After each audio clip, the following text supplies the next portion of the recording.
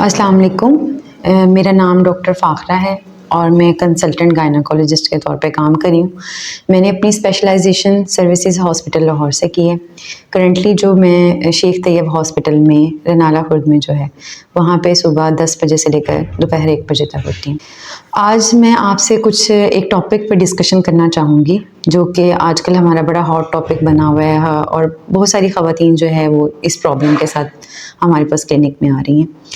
वो है बांझपन। बांझपन जो है बेसिकली जिसको हम इंग्लिश में सब फर्टिलिटी कहते हैं। मैं इस बारे में आप लोगों से बात करूंगी कि इसकी क्या वजूहात होती हैं और कब औरत को कहा जाता है कि वो बांझपन की अलामात के साथ आए और उसे कब डॉक्टर से रुजू करना चाहिए। हमारी सोसाइटी में ये बड़ा एक है कि जैसे ही लड़की की शादी होती है 3 से 4 महीने होते हैं और बेचारी बच्ची को लेके क्लिनिक पे आ जाया जाता है कि जी अभी हमल नहीं ठहरा, जल्दी जल्दी कोई दवाई लें और इसके लिए ताकि इसको प्रेगनेंसी हो जाए। तो सबसे पहले तो आपको ये पता होना चाहिए कि बांझपन कहते किसे हैं।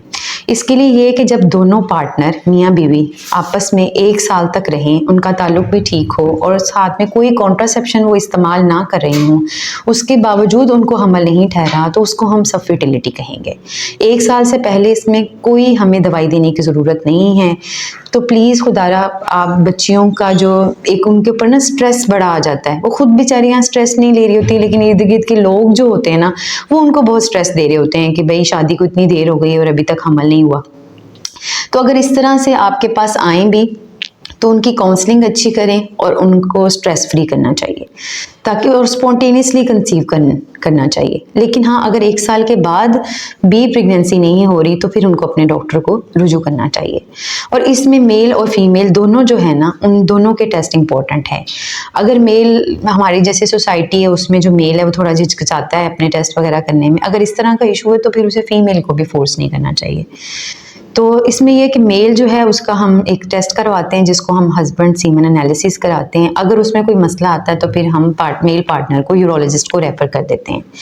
लेकिन अगर वो ठीक है तो फिर हम फीमेल की तरफ कंसीडर करते हैं, उसमें जो इश्यूज़ हैं उनको देखते हैं। फीमेल में बांझपन की क्या इलामात हो सकती हैं और मतलब इलामात क्या वजूहात क्या हो सकती हैं।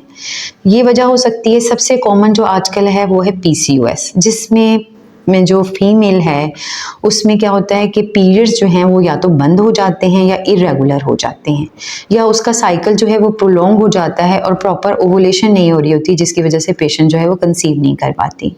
दूसरे कुछ इन्फेक्शंस होते हैं जिनकी वजह से पेशेंट कंसीव नहीं कर पाती या कुछ रसौलियाँ ऐसी बन जाती हैं जैसे कि चॉकलेट सिस्ट जिसको हम एंडोमेट्रियोटिक सिस्ट बोलते हैं, वो भी प्रेगनेंसी नहीं होने देती। इसके अलावा कुछ बच्चेदानी के अंदर रसौलियाँ बन जाती हैं जो कि बच्चेदानी की साख्त को मुतासिर करती हैं जिसकी वजह से हमल ठहरना मुश्किल हो जाता है।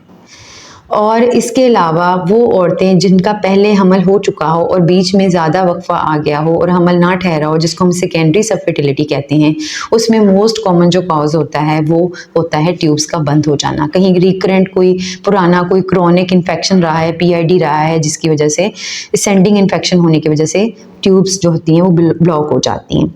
इन सब का इलाज जो है ना वो यहाँ पे किया जाता है।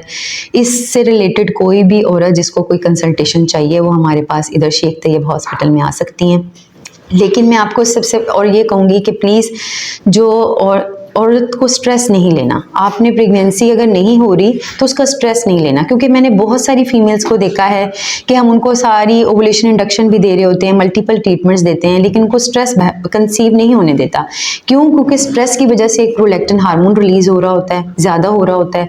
उसकी वजह से क्या होता है कि ओवुलेशन नहीं हो रही होती। ओवुलेशन नहीं होगी तो ओब्वियसली पेशेंट कंसीव नहीं करेगी।